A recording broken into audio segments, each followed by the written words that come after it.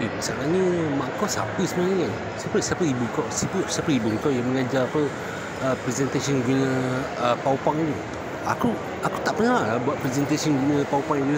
Mak siapa yang mengajar kau buat presentation guna PowerPoint ni? Itu software daripada China tu kan? Kau belajar daripada mana ya?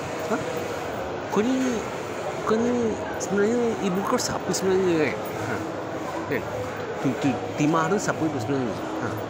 Dia ke yang mengajar buat presentation guna PowerPoint ni?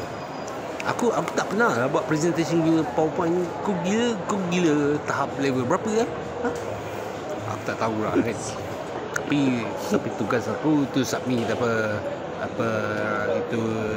sinkronnya isu tu dekat UN, dekat Russian International Space. Dah complete tadi Tadi aku baru submit tadi Lepas tu aku berjalan dari sini. Aku tak tahu tersiapa punya kerja kan. Aku tak tahulah kan. Mak kau ni yang ibu terima tu Cina ke, India ke, Tamil ke kan, Myanmar ke, yang mana satu Tapi aku yakin dia stay dekat Tower J tu kan. Dia tak turun-turun kan. Apa hal kan.